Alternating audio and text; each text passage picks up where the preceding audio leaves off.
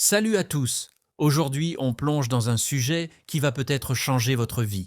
Imaginez-vous un instant, et si je vous disais que 5 blessures émotionnelles cachées au plus profond de vous influencent chacune de vos décisions, chacune de vos relations, et même la façon dont vous vous percevez? C'est exactement ce que Lise Bourbeau révèle dans son best-seller Les 5 blessures qui empêchent d'être soi-même. Que vous vous sentiez souvent rejeté, abandonné, ou que vous ayez l'impression de subir constamment des injustices, ce livre a peut-être la clé pour comprendre pourquoi.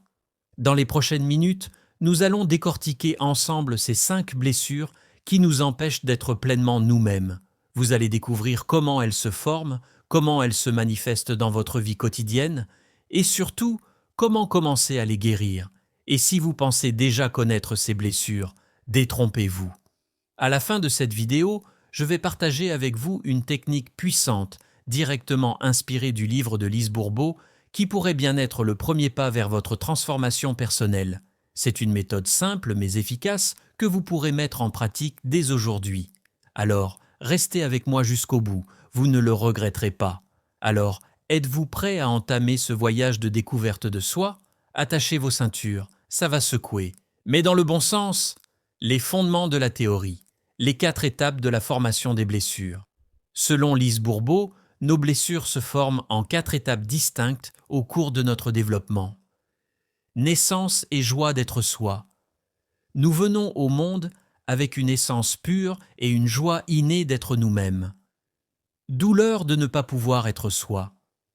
Au fil de nos interactions avec notre environnement, nous commençons à ressentir la douleur de ne pas pouvoir exprimer librement qui nous sommes. Crise et révolte. Face à cette douleur, nous traversons une période de crise et de révolte, luttant contre la souffrance de ne pas pouvoir être authentiquement nous-mêmes. Résignation et création d'une nouvelle personnalité. Finalement, pour réduire la douleur, nous nous résignons et créons une nouvelle personnalité, un masque, afin de ne pas décevoir les autres et d'être aimés. Ce processus, bien que protecteur à court terme, nous éloigne de notre véritable nature et crée des schémas comportementaux qui peuvent croire nous limiter tout au long de notre vie. L'importance de la perception. Un point crucial de la théorie de Bourbeau est que ce n'est pas la réalité objective des faits qui crée la blessure, mais notre perception et notre interprétation de l'expérience vécue. Cette nuance est essentielle car elle souligne le rôle de notre construction mentale dans la formation et le maintien de nos blessures émotionnelles. Par exemple, un enfant peut se sentir rejeté même si ses parents l'aiment profondément, simplement parce qu'il interprète certains comportements ou situations d'une manière qui renforce ce sentiment de rejet. Cette compréhension ouvre la porte à la possibilité de guérison, car elle implique que nous pouvons travailler sur notre perception pour transformer notre expérience émotionnelle. Les 5 blessures et leurs masques associés. Lise Bourbeau identifie 5 blessures fondamentales, chacune associée à un masque spécifique que nous adoptons pour nous protéger. Voici une exploration détaillée de chacune de ces blessures et de leurs masques correspondants. 1. La blessure du rejet et le masque du fuyant. Formation de la blessure. La blessure du rejet se forme généralement entre la conception et l'âge d'1 an. Elle est liée au sentiment profond de ne pas avoir le droit d'exister ou de ne pas être désiré. Cette blessure peut se développer si l'enfant ressent que sa venue au monde n'était pas souhaitée ou s'il perçoit un manque d'accueil ou d'amour de la part de ses parents. Caractéristiques physiques, corps mince, parfois maigre, tendance à se faire petit, à disparaître. Épaules rentrées comme pour se protéger, regard fuyant, évitant le contact visuel direct, tension dans le bas du dos, comportement typique, tendance à s'isoler et à fuir les situations sociales. Difficulté à s'engager dans des relations ou des projets à long terme. Perfectionnisme extrême, cherchant à éviter toute critique. Peur intense du rejet et de l'intimité. Tendance à se sentir de trop ou inutile. Difficulté à demander de l'aide ou à exprimer ses besoins. Vocabulaire fréquent. Les personnes portant cette blessure utilisent souvent des mots et expressions comme disparaître, invisible, nul, pas important, je ne compte pas, je suis de trop. Impact sur la vie quotidienne. La blessure du rejet peut conduire à une vie marquée par l'isolement et la solitude. Les personnes portant cette blessure peuvent avoir du mal à maintenir des relations durables, que ce soit dans leur vie personnelle ou professionnelle. Elles peuvent également avoir tendance à saboter leur propre succès par peur de ne pas être à la hauteur. 2. La blessure d'abandon et le masque du dépendant. Formation de la blessure. La blessure d'abandon se développe généralement entre 1 et 3 ans. Elle est liée au sentiment de ne pas être suffisamment nourri émotionnellement ou physiquement. Cette blessure peut se former si l'enfant a vécu une séparation précoce avec sa mère ou s'il a ressenti un manque de présence émotionnelle de la part de ses figures d'attachement. Caractéristiques physiques. Corps mince et long, donnant parfois l'impression d'être collé aux autres. Yeux grands et tristes, souvent humides. Épaules tombantes, comme si la personne portait un lourd fardeau. Tendance à avoir un air de victime ou de chien battu. Comportement typique, dépendance affective marquée, peur intense d'être seul ou abandonné, besoin constant d'attention et de soutien de la part des autres, tendance à dramatiser les situations pour attirer l'attention, difficulté à prendre des décisions seul, jalousie et possessivité dans les relations, vocabulaire fréquent. Les personnes portant cette blessure utilisent souvent des mots et expressions comme absent, seul, je ne supporte pas, je me fais bouffer, j'ai besoin de toi, ne me laisse pas. Impact sur la vie quotidienne. La blessure d'abandon peut conduire à des relations codépendantes et à une difficulté à établir une identité stable indépendamment des autres. Les personnes portant cette blessure peuvent avoir du mal à être seules et peuvent s'engager dans des relations malsaines par peur de la solitude. 3. La blessure d'humiliation et le masque du masochiste. Formation de la blessure. La blessure d'humiliation se forme généralement entre 1 et 3 ans, souvent en lien avec des expériences liées à la propreté, à l'alimentation ou au développement de l'autonomie. Elle peut se développer si l'enfant a été fréquemment rabaissé, ridiculisé ou contrôlé de manière excessive, en particulier par sa mère ou une figure maternelle. Caractéristiques physiques. Corps rond, gros ou petit et trapu. Tendance à se voûter comme pour cacher certaines parties du corps. Cou rentré dans les épaules. Visage rond avec des joues pleines. Tendance à transpirer facilement. Comportement typique. Tendance à se rabaisser et à se dévaloriser. Difficulté à exprimer ses besoins et ses limites. Désir constant de rendre service aux autres, souvent au détriment de soi-même. Honte de soi-même et de son corps. Tendance à s'excuser fréquemment, même sans raison valable. Difficulté à recevoir des compliments ou de la reconnaissance. Vocabulaire fréquent. Les personnes portant cette blessure utilisent souvent des mots et expressions comme petit, gros, sale, honteux, je suis désolé, ce n'est pas grave, je ne mérite pas. Impact sur la vie quotidienne. La blessure d'humiliation peut conduire à une faible estime de soi et à des difficultés dans l'affirmation de soi. Les personnes portant cette blessure peuvent avoir tendance à se sacrifier pour les autres et à négliger leurs propres besoins. Elles peuvent également avoir des problèmes de poids ou des troubles alimentaires. 4. La blessure de trahison et le masque du contrôlant. Formation de la blessure. La blessure de trahison se développe généralement entre 2 et 4 ans, souvent en lien avec une figure parentale du sexe opposé. Elle peut se former si l'enfant a vécu des expériences où sa confiance a été brisée, où il s'est senti manipulé ou où ses attentes ont été déçues de manière significative. Caractéristiques physiques. Corps fort et solide, souvent musclé. Port de tête fier, menton relevé, regard perçant et direct, tendance à avoir une voix forte et assurée, posture droite et imposante, comportement typique, besoin intense de contrôle sur son environnement et les autres, méfiance envers les autres, difficulté à faire confiance, difficulté à déléguer des tâches ou des responsabilités, tendance à manipuler ou à utiliser le charme pour obtenir ce qu'on veut, besoin de prouver sa force et sa compétence, difficulté à admettre ses torts ou à montrer sa vulnérabilité. Vocabulaire fréquent. Les personnes portant cette blessure utilisent souvent des mots et expressions comme responsable, fort, menteur, trompeur, je m'en occupe, fais-moi confiance, je sais ce que je fais. Impact sur la vie quotidienne. La blessure de trahison peut conduire à des difficultés dans les relations intimes et professionnelles. Les personnes portant cette blessure peuvent avoir du mal à maintenir des relations de confiance et peuvent inconsciemment saboter leurs relations par peur d'être trahies. Elles peuvent également avoir tendance à prendre trop de responsabilités et à s'épuiser à force de vouloir tout contrôler. 5. La blessure d'injustice est le masque du rigide. Formation de la blessure.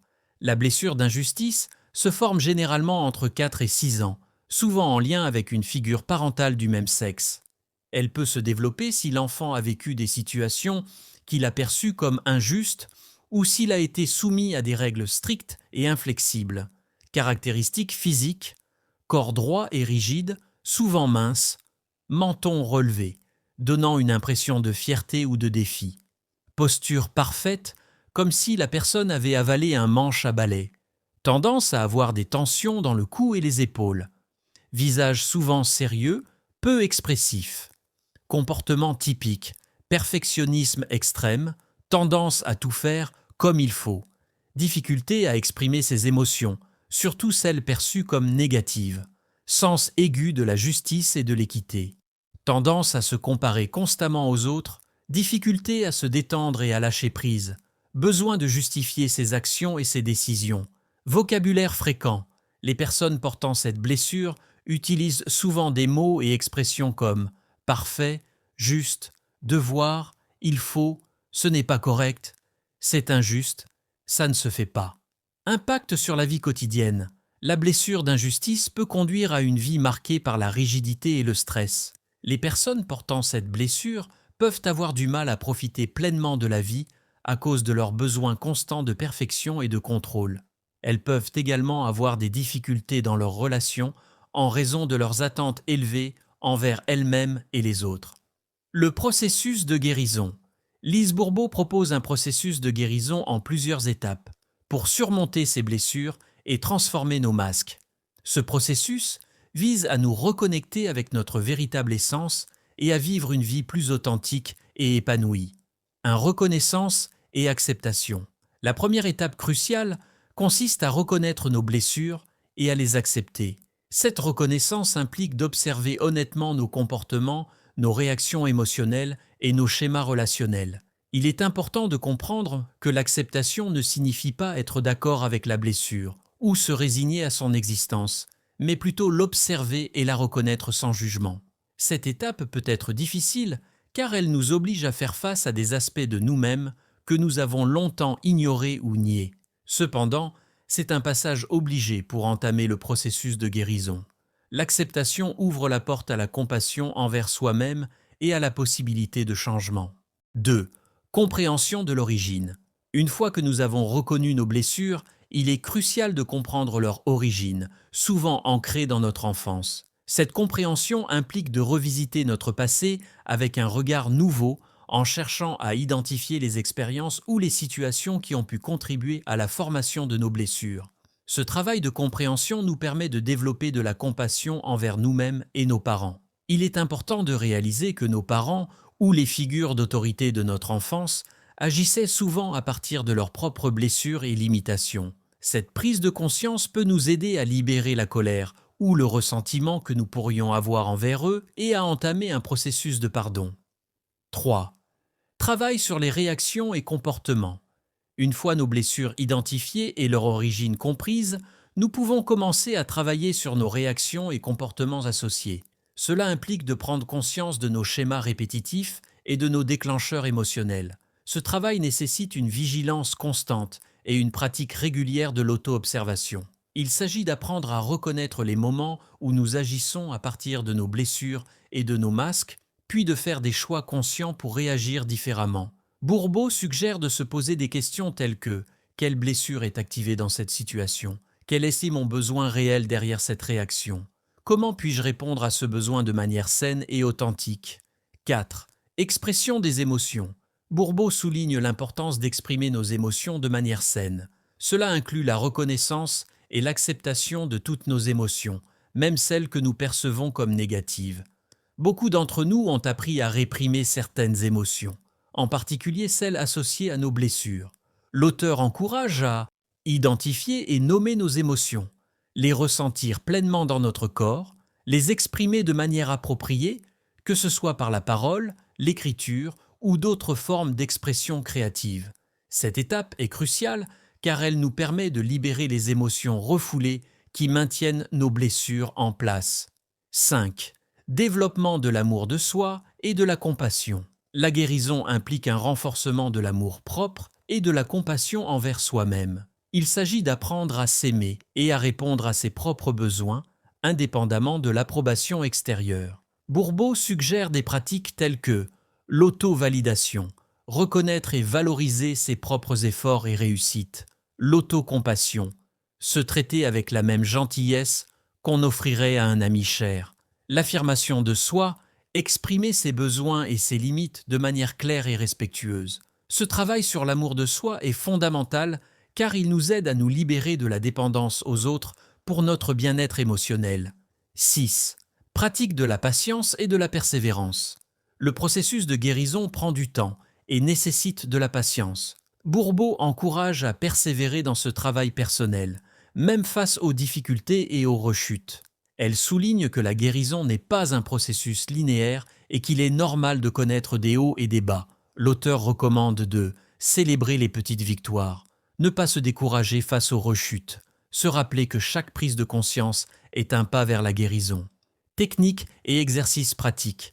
Lise Bourbeau propose plusieurs techniques et exercices pour faciliter le processus de guérison.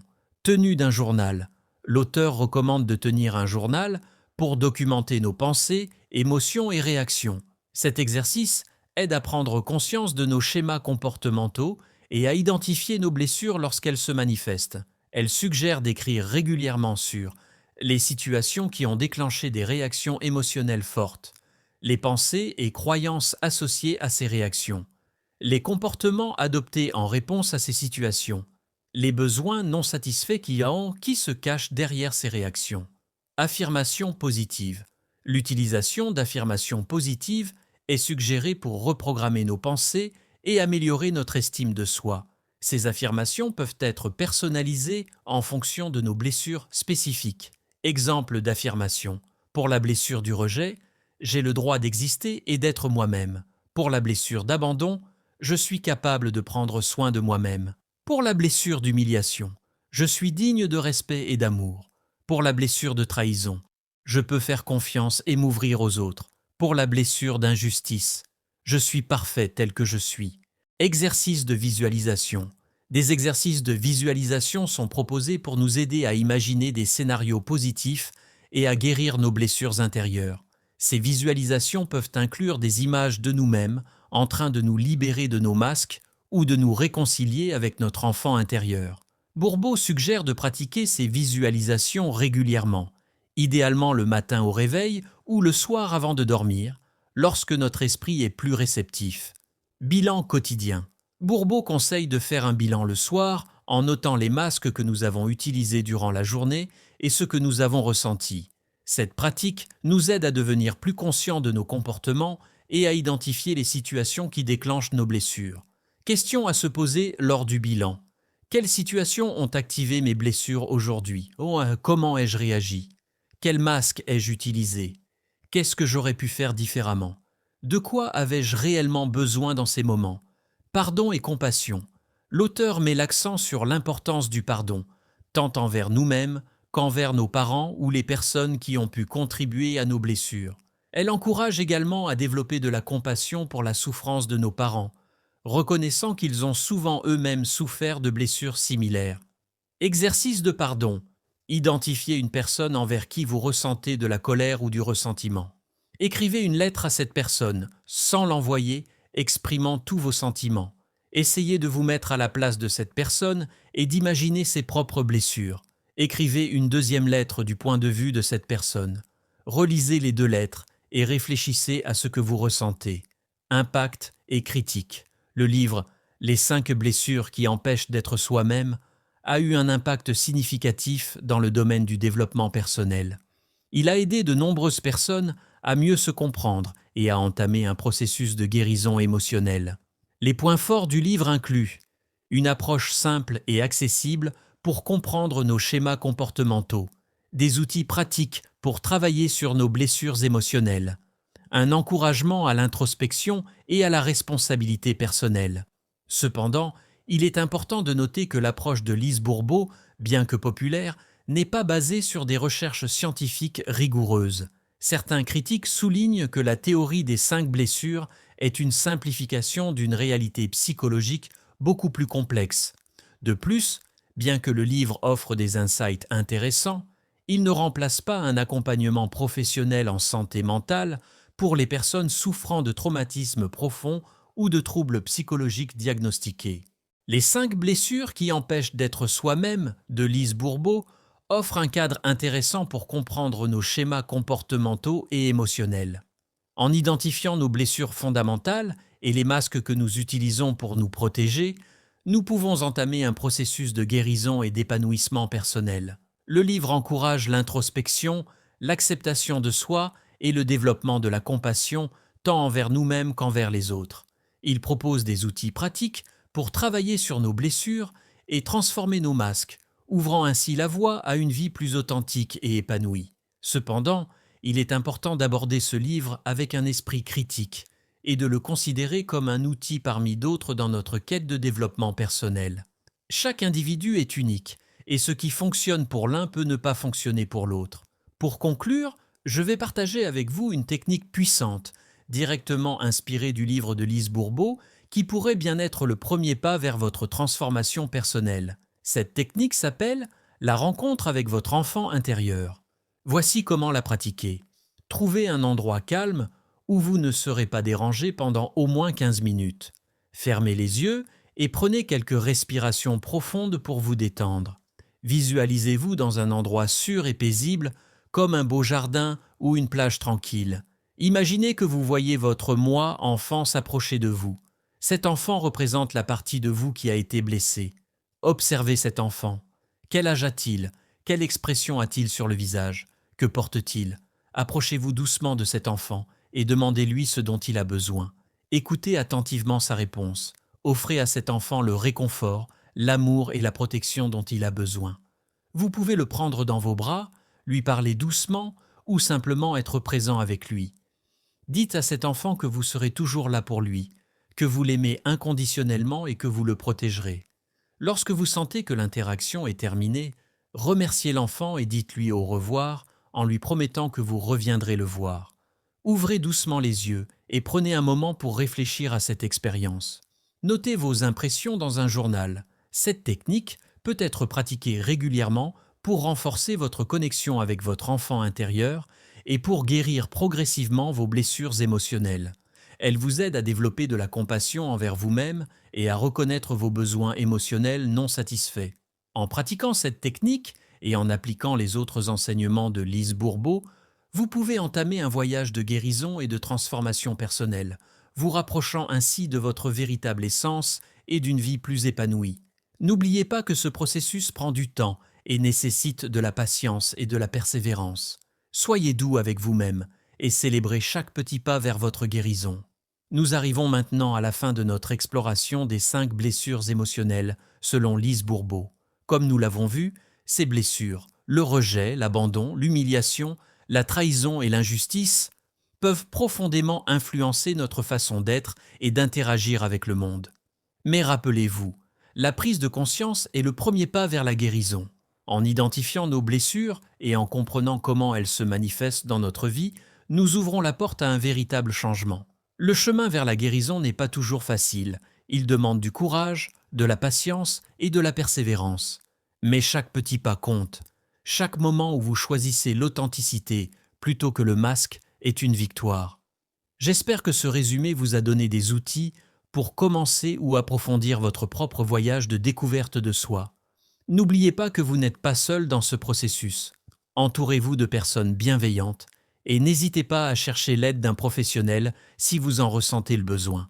Avant de nous quitter, j'aimerais vous laisser avec cette pensée. Vos blessures ne vous définissent pas. Elles font partie de votre histoire, mais elles ne sont pas votre destinée. Vous avez le pouvoir de les guérir et de vivre pleinement, authentiquement. Si cette vidéo vous a été utile, n'hésitez pas à la partager et à vous abonner à la chaîne pour plus de contenu sur le développement personnel. Et surtout, prenez soin de vous. À bientôt pour une nouvelle exploration.